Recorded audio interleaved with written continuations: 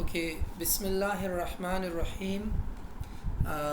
We are going to start the materials class, the material science class, and it is the third lecture. And before this pandemic, we have already discussed this lecture in the class, but as a long time has been passed and basically like most of you people have forgotten this lecture, so we will try to review this lecture. And also I have added some questions in the same lecture. I mean, some problems taken from the book, and then I have solved it. So today we will try to discuss this lecture 3, which is belonging to the Miller-Brewis indices. And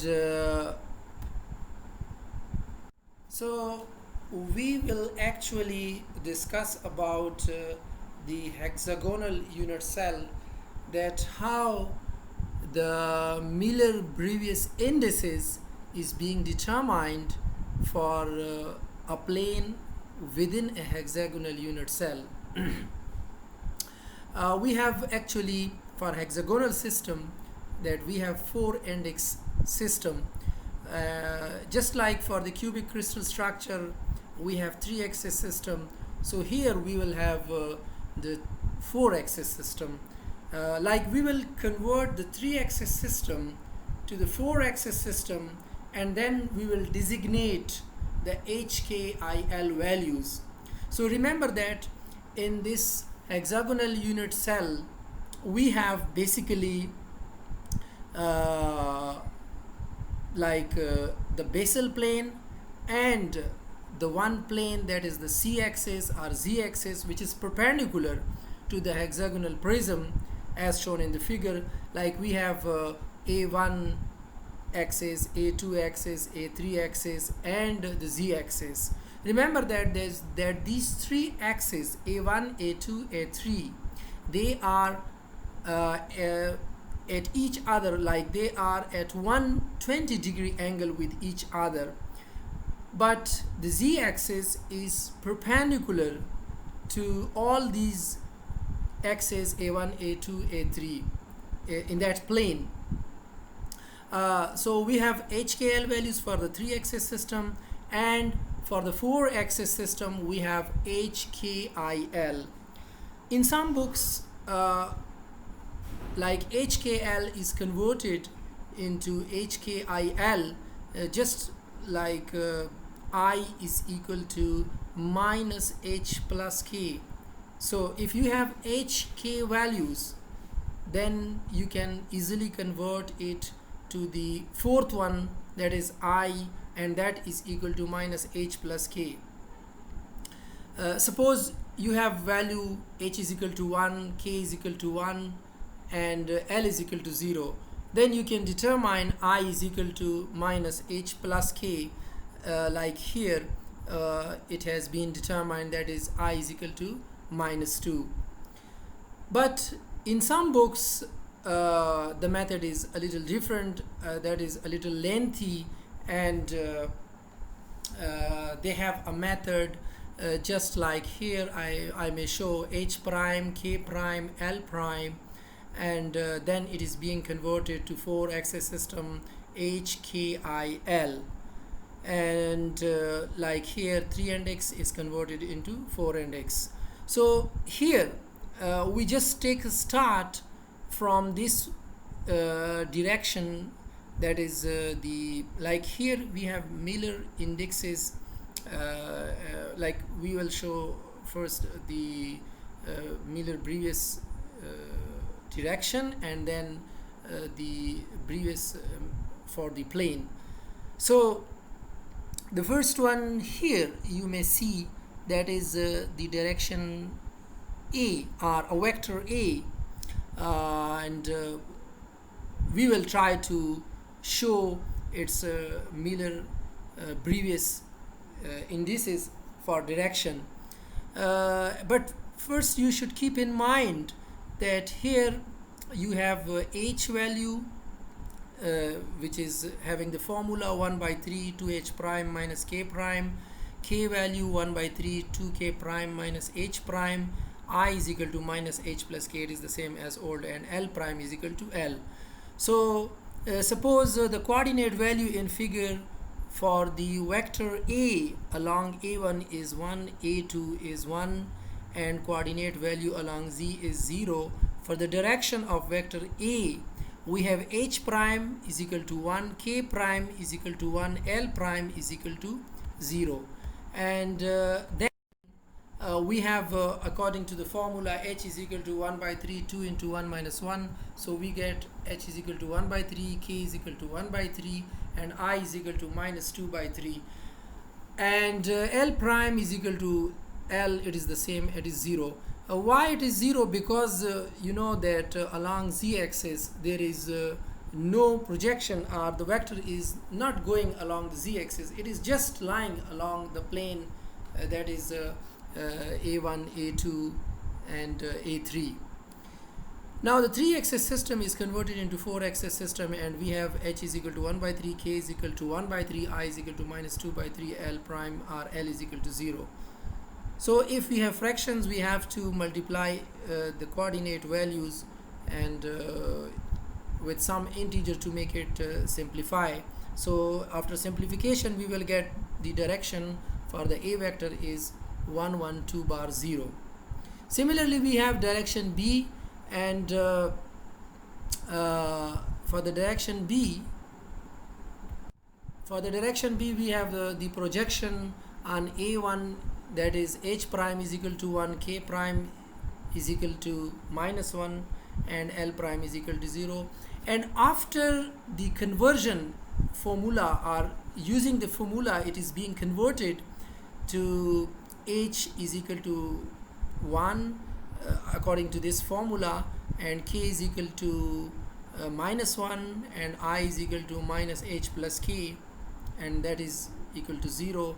L prime is equal to 0. So we have h, k, I, L values for the direction B, that is 1 1 prime 0 0. So the direction of vector B can be designated as like this. We have to enclose it in the square brackets, which is the notation for the direction. And then we have another vector, that is C. So the projection on A1 is we can see that it is along the A1 is 1, and along A2 is 1, and along z-axis it is also 1. So then we convert the h prime into h, and the formula is as shown, that is 1 by 3 2 into 1 minus 1, so we get 1 by 3. For the k we get 1 by 3, and for the I we get minus 2 by 3. For L prime it is the same as L. And then we will multiply all the values by 3 to simplify it. So the direction for the C vector is 1 1 2 bar 3. That is the 2 bar mean that it is along the negative x-axis. That is the A3 is along the negative. And another one here we see the direction for the E vector. You can see that the h prime is 0. It means it is not passing through A1, like here it is not passing through A1, it is passing through A2, that is k prime is equal to 1, and L prime is equal to 1 by 2. It means it is cutting at the half axis.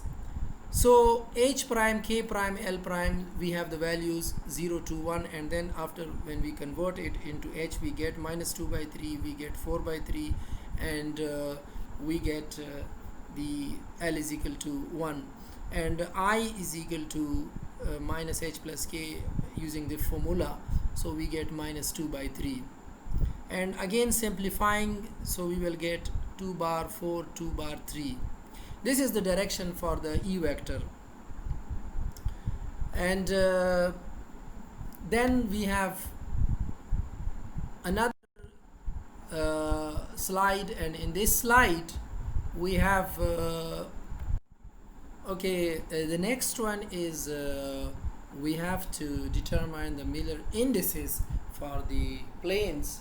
Before we determine for the direction the Miller indices, and now we are going to determine Miller indices for the planes.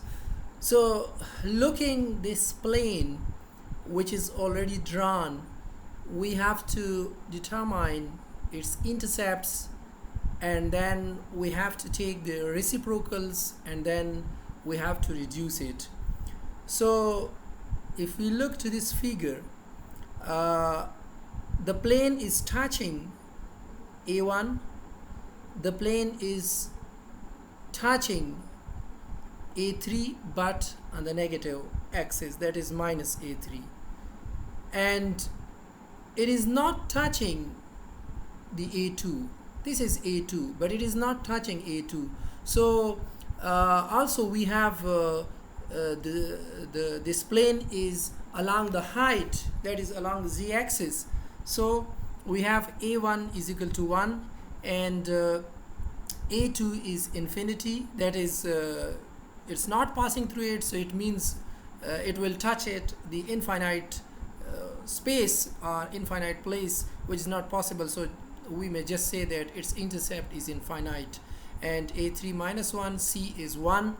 If we take the reciprocal, we will get 1, 0, minus 1 and 1, and after reduction we will get the same values. So the Miller-Brevis indices for this plane as shown in the figure is 1, 0, 1 bar 1.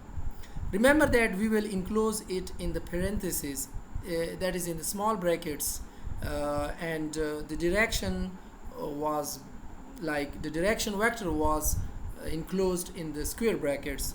Another example is that we need to draw this plane 1 bar 2 1 bar 0. So the first thing is we have the coordinates A1 is equal to minus 1, A2 is equal to 1 by 2, A3 is equal to minus 1, and C is equal to infinity. How it is being taken, that actually we have taken the reciprocal of these indices, which will give the intercepts for the plane. So we have drawn it, you can see that it is touching A2 and it is touching A1 and but at the negative axis, that is at minus 1, and it is touching A2 but at the half distance, so that's why it is 1 by 2, and A3 it is touching at minus 1, it means at the negative axis, and there is no distance along the C axis, that is C is 0. So this is like this height is C, but it is beyond or away from this height, so we have drawn it like here. And then we have another example that here the plane is already drawn, but we have to find its that is its indices, and it is 1 bar 0 0. Similarly here, determine the Miller indices for the plane as shown here. The plane is already drawn, and the indices are 1 bar 0 1. You can see here that it is not passing through A3, that's why A3 is 0. And then the next one is here, this is actually problem number I think 50 in the textbook, that draw the hexagonal crystal planes where Miller-Brevis indices are given by, like here 0 1 1 0 1 1 bar 1 is being given, and you need to take the intercepts. The intercepts are 1, that is it's here, that is 1 bar 1, and then you take the reciprocal, so you will get that is infinity 1 bar 1. And when it is being drawn, so it will be just like here, you can see it. And another example, that is 1 2 bar 1 2, it is also being shown here. And if you look, it is passing through A1, and it is passing through A2 here, but it is along the negative axis, but at the same time it is passing through the middle, that's why it is 1 by 2. And then A3 is 1, and the along the C axis it is passing towards the half value. And another example is this one, 2 1 bar 1 bar 1, it is being shown over here. A1 A2 A3 H K I L values. Actually A1 is corresponding to H, A2 is corresponding to K, A3 is corresponding to I, and C is corresponding to L. And then this is another example. This is actually the problem given in the book, and so I have solved it, and this is the plane for 1 bar 2 1 bar 2. And similarly another, this is example 2 bar 0 0, and it's being shown over here.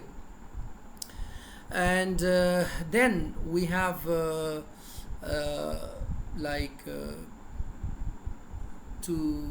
this is actually a problem to determine the indices for the plane as shown in the following hexagonal units. This is one example as given in the book. Actually it's a problem, it is given in the book, and you need to determine its plane. So this is basically 0 0 0 2. It means it is even not passing through A1, through A2, through A3. They are not passing through all these axes, rather it is only passing or cutting the C axis at the middle. So that's why its indices are 0 0 0 2. Similarly this one is another example, and it is being drawn, and we have to find its indices. So we can see here that actually I have drawn it again, that I have shifted it to this place because this is parallel to the one which is given in the in the previous slide. So it is parallel to that. So we can see that A1 is 1, A2 is infinity, A3 is -1, and C is also infinity. How it is A1 is 1? We can see here it is 1, and A2, this is A2, but it is not passing through A2, so it is infinity. And it is passing through A3, but at the negative axis, that is -1.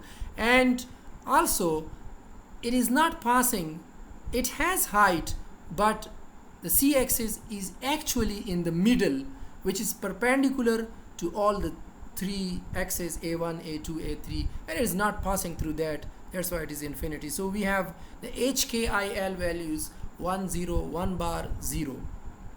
And then this is another problem, that is another part of the same problem. This plane has been drawn, and you see the plane I selected, that is 2 bar 1 1 2. Like the intercepts has been given, and then you take the reciprocal, and then finally these are the values for the plane as shown over here. Another plane is also drawn over here. So here the intercepts are A1 is -1, A2 is 1, A3 is infinity, and C is 1. Then taking the reciprocal, you will get 1 bar 1 0 1. So this is all about the lecture number 3, and then the next lecture I will try to upload it soon, and it is already prepared, but I will try to upload it soon. So this is all about this lecture, and we will be in touch, and we'll wait for the next lecture.